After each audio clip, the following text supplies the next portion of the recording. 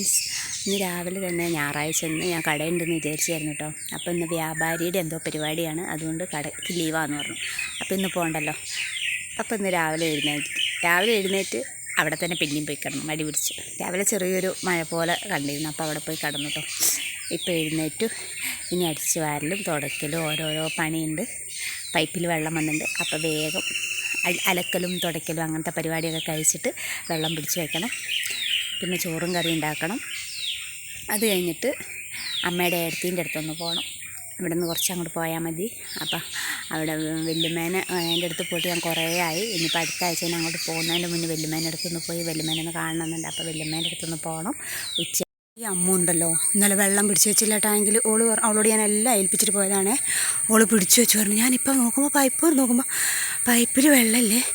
അപ്പോൾ ടാങ്ക് പോയി നോക്കുമ്പോൾ ഉണ്ടല്ലോ, ടാങ്കിൽ തുള്ളി വെള്ളമില്ല.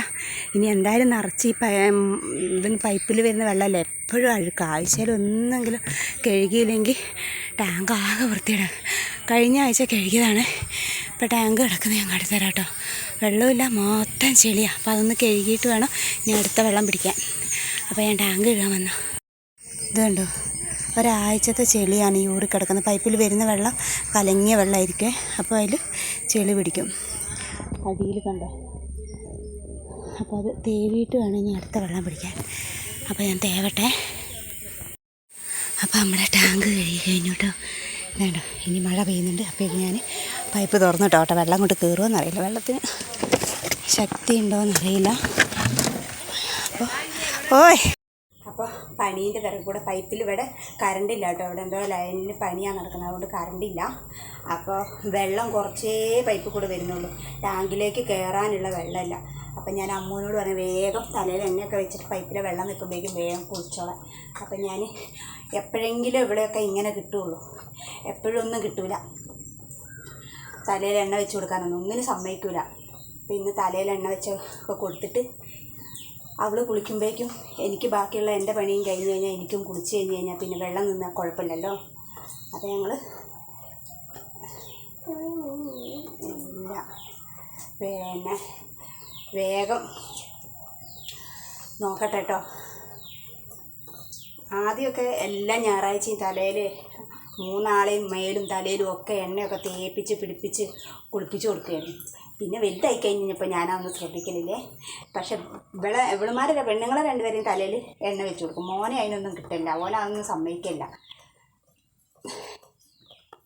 ഇപ്പോൾ കുറേ ദിവസമായിട്ട് ഇവിടെ തലയിൽ ഞാനും വെച്ച് കൊടുത്തില്ലെങ്കിൽ അവിടെ അമ്മ വെച്ച് കൊടുക്കും കേട്ടോ. അമ്മ പിടിച്ച് തല നിറച്ച് എണ്ണ തേപ്പിച്ചാൽ കുളിപ്പിക്കേ. ഇപ്പം ഞാൻ അങ്ങനെ ചെയ്ത് കൊടുത്തിട്ട് കുറേ ആയതുകൊണ്ട് തലമുടിയൊക്കെ ഉണ്ടാവും ചകിരിച്ചാറ് പോലെ ഇരിക്കുന്നത്. അപ്പം ഞാൻ വിചാരിച്ചു ഇന്ന് തലയിൽ നിറച്ച് എണ്ണ ഒന്ന് വെച്ച് കൊടുക്കാമെന്ന്. മഴ ഇങ്ങനെ വന്നും പോയി ഇരിക്കുക, അലക്കാൻ സമ്മതിക്കുന്നില്ല മുറ്റത്തേക്ക്. ഞാൻ പിന്നെ വിചാരിച്ചു മഴ നനഞ്ഞ് അലക്കും അടിക്കലൊക്കെ മഴ നനഞ്ഞ് നടക്കാമെന്ന് വിചാരിച്ചു. അപ്പോൾ വെയിൽ വറച്ചു. അപ്പോൾ ഇന്നെന്തായാലും ലീവ് ഉണ്ടാവില്ല. ഞാൻ ഞായറാഴ്ചയല്ല, ഇന്നും കൂടെ കടയിൽ പോകണമെന്ന് വിചാരിച്ചിരുന്നത്. അപ്പം ലീവാണല്ലോ. അപ്പോൾ ഞാൻ വിചാരിച്ചു ഞാൻ പോയി വന്നിട്ട് കാട് പറിക്കാമെന്നുണ്ടെങ്കിൽ ഭയങ്കരമായിട്ട് കാടാണ്. ഇപ്പം തന്നെ ഇത്രയും പൊന്തി. അപ്പോൾ പോയി വരുമ്പോഴേക്കും എന്തായാലും ഒരു 10-20 ദിവസം പിടിക്കില്ല. അപ്പോൾ നല്ല കാടാവുമല്ലോ. അപ്പോൾ കാടും കൂടെ പറിച്ചേക്കാമെന്ന് വിചാരിച്ചു. മിറ്റടിക്കുന്നതിൻ്റെ കൂടെ കാടും പറിച്ച് മിറ്റടിക്കാമെന്ന് വിചാരിച്ചു. എന്തൊരു കാടാണെന്നറിയോ. ഞാൻ കാടും പറിച്ച് മിറ്റ് പഠിച്ച് കുളിച്ച് കഴിഞ്ഞാൽ തനി കഴിഞ്ഞു കേട്ടോ. അപ്പോൾ കാട് പറിക്കട്ടെ.